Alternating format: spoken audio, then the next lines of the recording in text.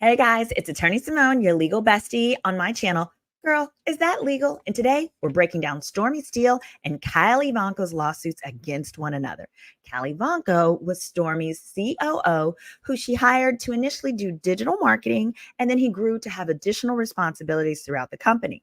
But in August of this year, he just filed a lawsuit against Stormie, claiming that he is entitled to not just 30% of profits for the rest of his life, but also that he's entitled to 30% equity in the company, even though he joined about 5 years after it was founded, and even though he did not pay $1 to become a partner. Come on, we're going to get into it. So first, I'll start with, according to Stormie, what the facts are, and then according to Kyle. So according to Stormie, Canvas Beauty was a brand founded by Stormie Steele, who was a cast member of Love and Marriage Huntsville. It was co-founded with her husband, Courtney Beasley, and they brought in a marketing company called Cracker Jack in early 2023 to help the business. Kyle Ivanko was a co-founder of Cracker Jack and was the main guy that they worked with. Now, here's how Kyle got involved.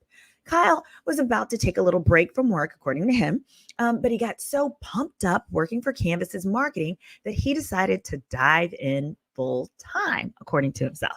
Well, he was initially brought in at $10,000 a month as his retainer, but by April 2023, Canvas officially hired him and were paying him quite nicely, $30,000 a month.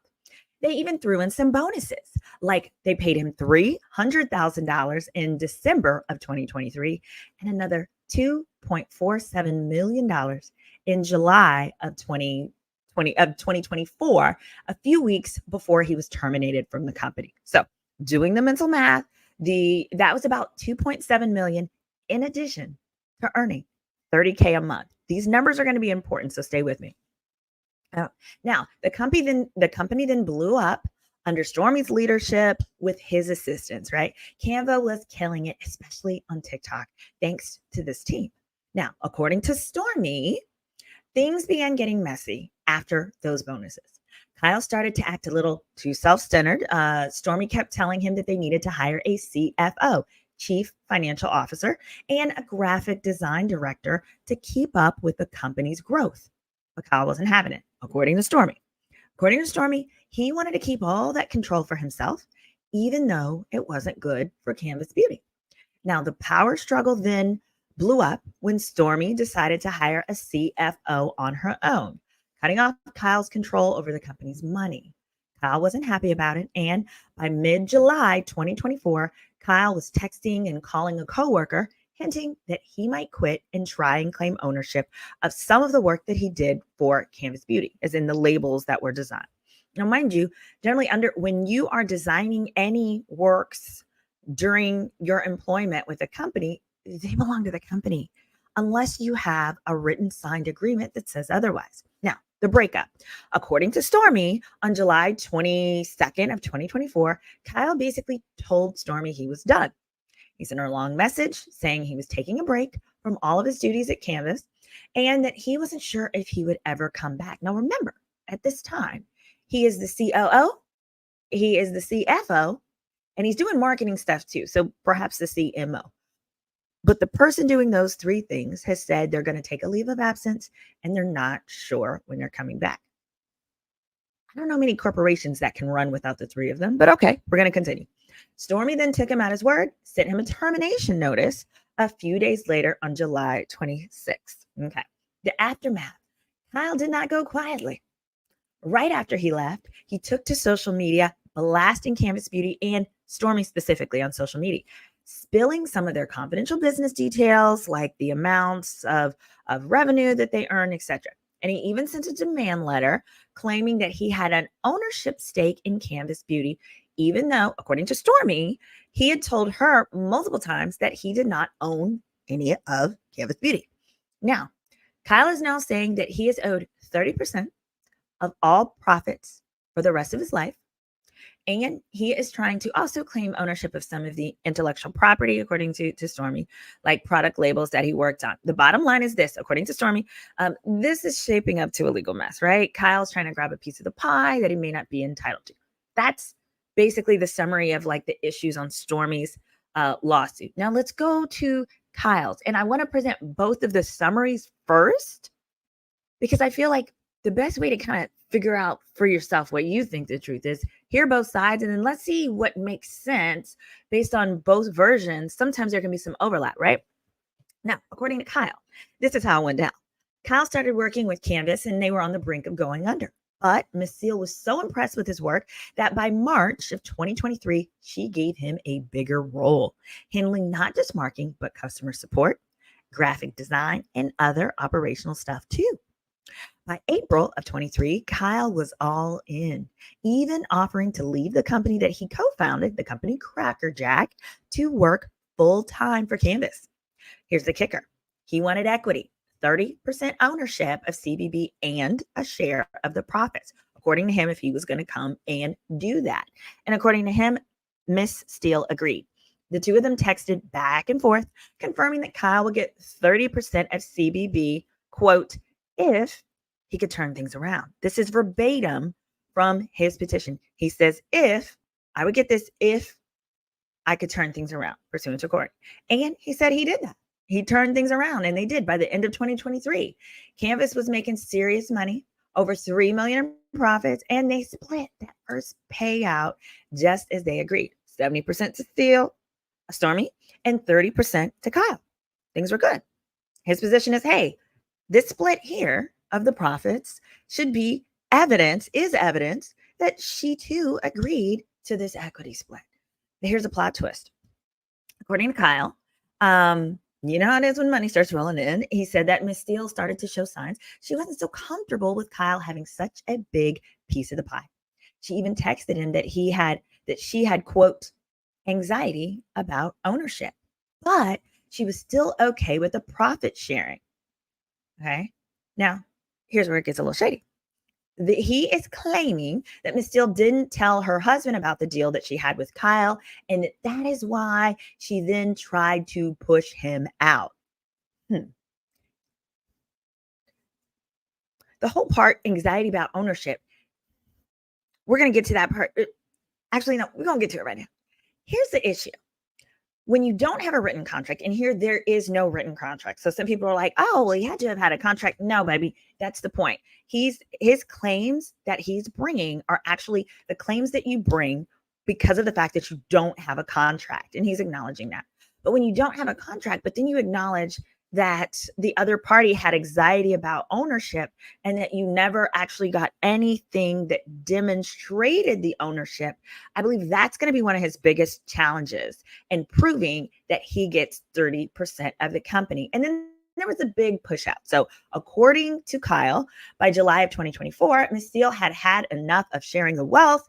She asked Kyle to list all of his responsibilities and contacts at Canvas. And the next day she dropped a bomb on him, honey. She said, we are done. Talk to my lawyer. Now, here's what Kyle wants. He appears to be seeking additional compensation in addition to the $3 million. I'm rounding up to $3 million. It was 2.77, which is 2.8, right? Plus $30,000 a month from March of 2023. Ooh, do that math. From March of 2023 to July. That's a lot of money. Just think about all the things you'd be willing to do with your clothes on, okay, for $30K a month. Just stay there, okay. Kyle wants additional compensation. He wants equity in the company. And recognition of his ownership to certain intellectual property rights, like labels and stuff he created. He specifically wants product designs that he made during his employment. And despite prior agreements and his own affirmations, according to Stormie, that he held no ownership interest, he now wants ownership. He's asserting these claims post-termination. Now, likely with the aim of securing financial gain in the company. Now, before we break down the lawsuit, this is a really important clip I'm going to play for you from Love and Marriage Huntsville, where the two of them were having a heart-to-heart, Stormie and Kyle, about how far they have brought the business together. Here we go.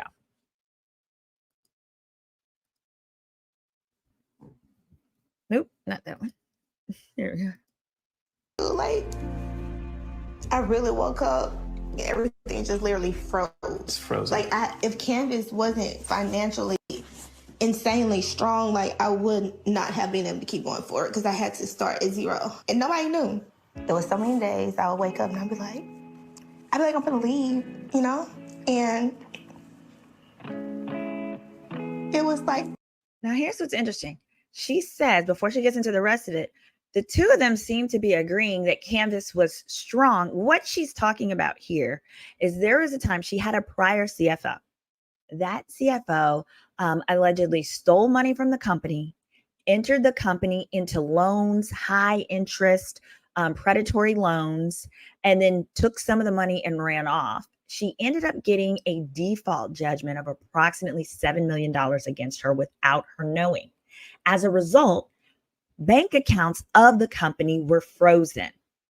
So the money that was in those accounts was taken to fulfill this default judgment, and they had stated that they wanted her to make payment arrangements for whatever balance was left. And so if she basically continued to use any bank accounts, they were going to be frozen too as a result of this judgment. So she's saying, that the difficulty was presented from that judgment, but also there had been reports of issues with customer service, fulfillment of orders, blah, blah, blah. So we roll that back just a little bit so you can make sure you get that context. I would not have been able to keep going forward because I had to start at zero and nobody knew. There was so many days I would wake up and I'd be like, I'm gonna leave, you know?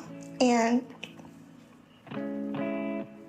it was just the reason why I didn't just quit. You was like, no, we ain't even finna run like that. Yeah. Let's fix these holes. I remember you pushed back a bit. Yeah, you got mad at me a few times. Yeah, I was like, wait a minute, I need this money. You know?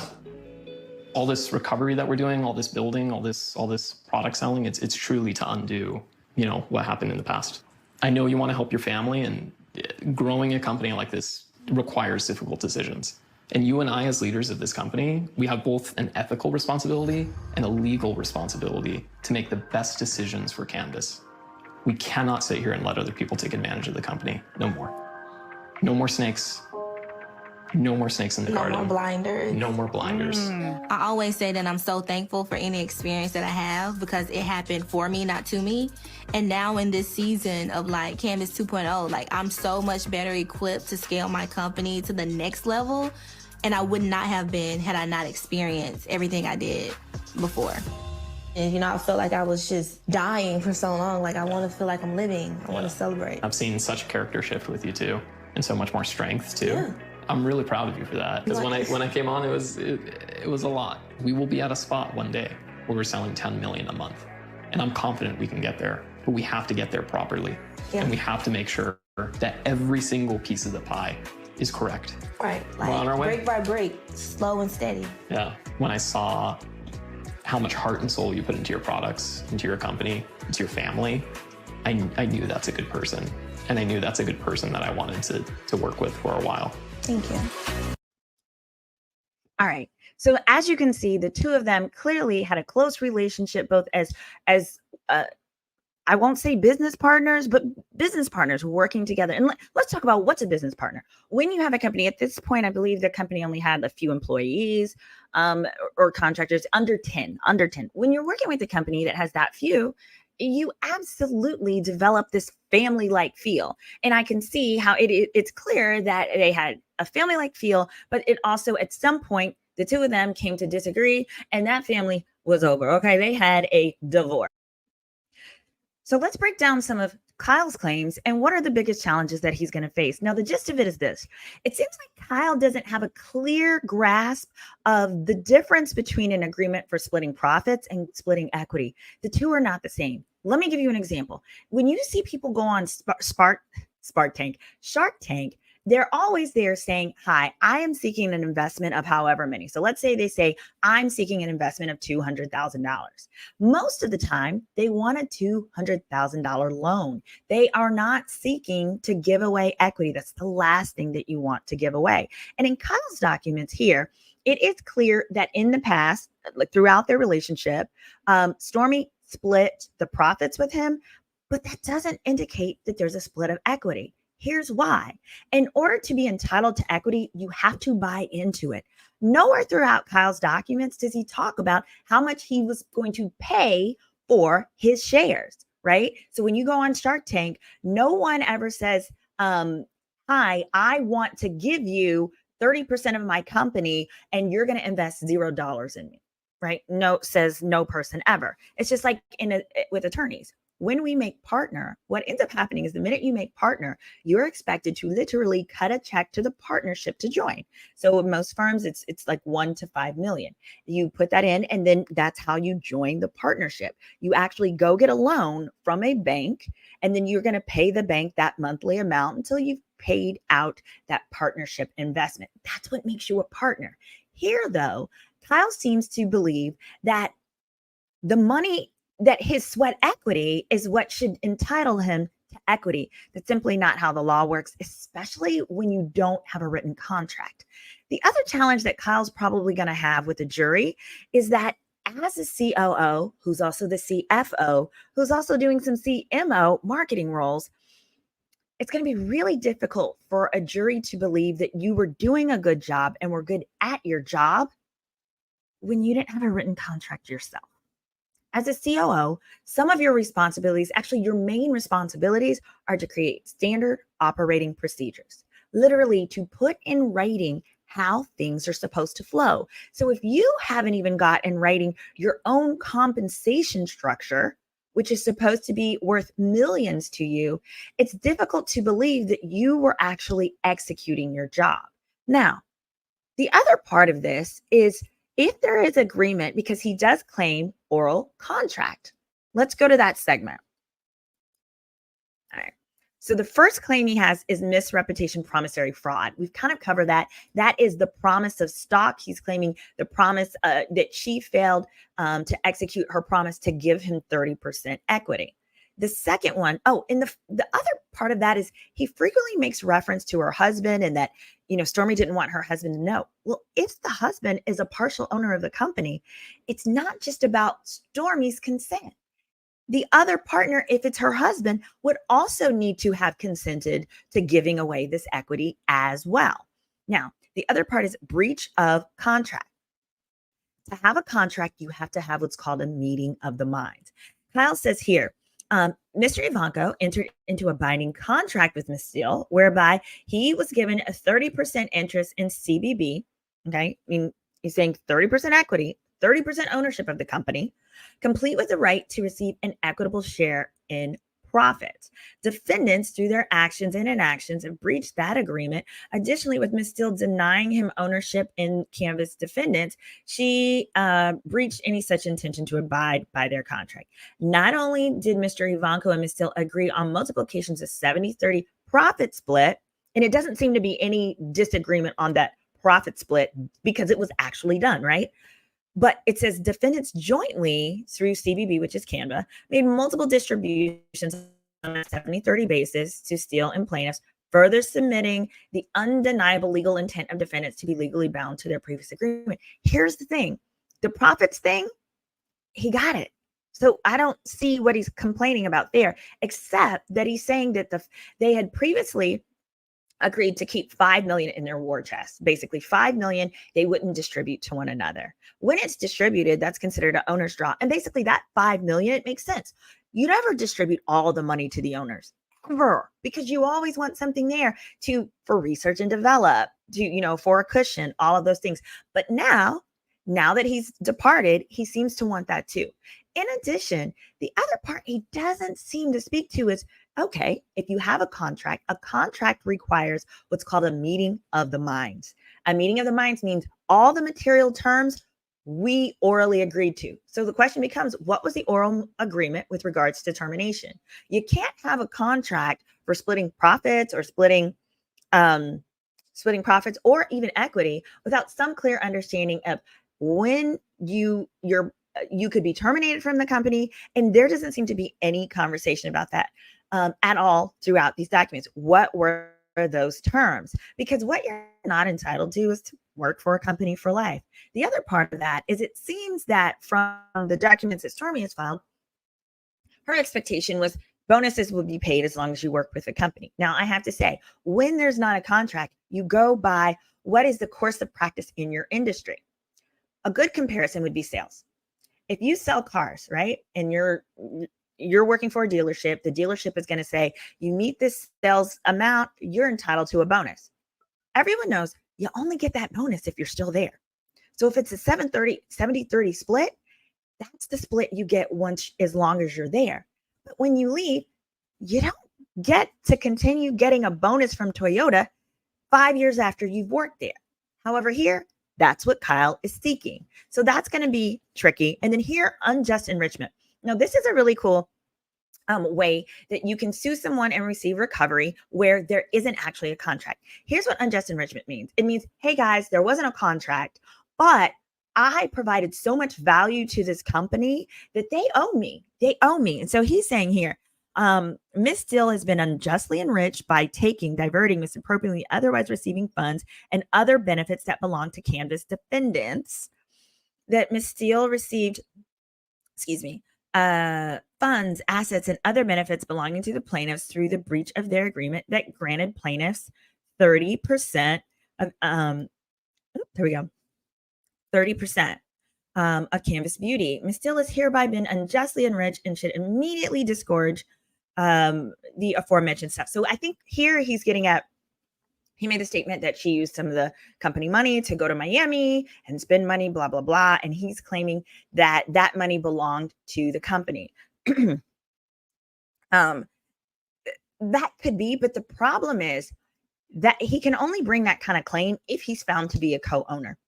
And one of the biggest challenges with being found to be a co-owner is when a company has already existed for 5 years, there needs to be a clear reason why you're now an owner. Here's the thing. On average, this guy was paid $150,000 per month to do his job.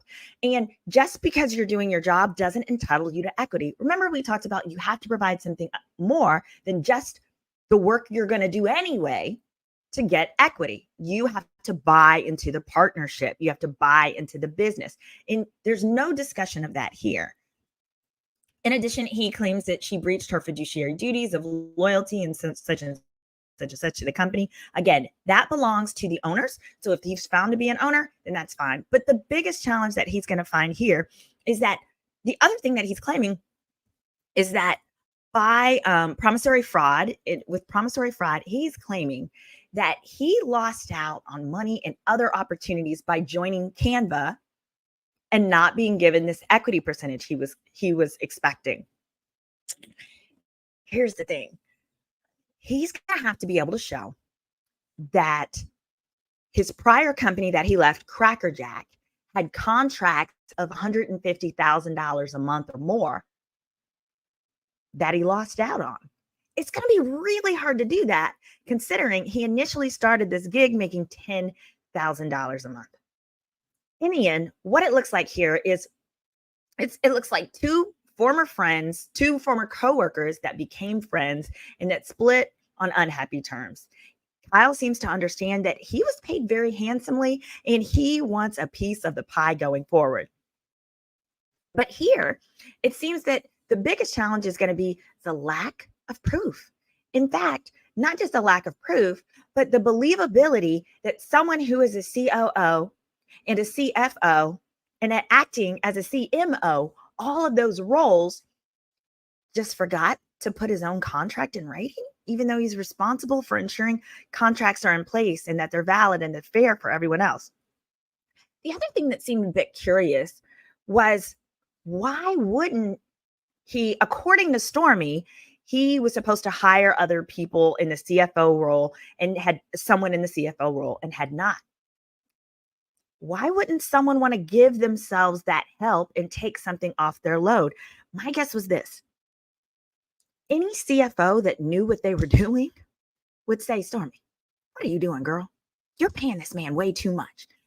$30K a month is one thing, but $30K a month plus 30% is not market rate in any capacity. In addition, if he's a owner, he's supposed to get an owner's draw. Owners do not get a salary and profits. So that actually indicates that he was probably more of a worker, whether it's an independent contractor or employee, but whether he was more of a worker for the company versus a co-owner, because co-owners take draws. And even if they get a salary, co-owners can absolutely get a salary, but your salary is supposed to go against your draw. In other words, if the profit was $1 million, you do the 70-30 split, and then you deduct out from his 300K the 30,000 he had been paying. That didn't happen. So it looks like he was paid pretty handsomely. And then on Stormie's side, her challenge is going to be, girl, why you didn't have no contract? Why were you paying this man $2.7 million in bonuses without, at a minimum, a contract that should have said it? Once I give you this money, no disparagement, can't tell my secrets, blah, blah, blah, blah, blah. But that doesn't go to, but the thing there is she has no obligation to prove that no contract exists. He, in fact, does, because that is the basis for his claim. So we'll see what happens with the court. I anticipate this is going to be a long, drawn-out case. Now, see, Kyle could have got some money real quick, fast, in a hurry if he would have zipped his lips. But Kyle's challenge is by going to social media, Stormie now is on defense to protect her name and her brand and so forth. So she's going to fight to the tooth, versus if this had been a private matter, she likely would have cut a check just to make him go away and zip it. So if nothing else, I hope that from this you learn that the best way to negotiate is in silence. Thanks again for tuning in to your girl, Attorney Simone. Girl, is that legal? Oh, and make sure, don't forget to get my book, which is called it's called Background Checks 101, The Beginner's Guide to Finding Out Who the Heck You're Actually Dealing With. And you can get that from SimoneRedwine.com. Hit that like and hit that subscribe button on your way out. Thank you. And don't forget to hit that notification button.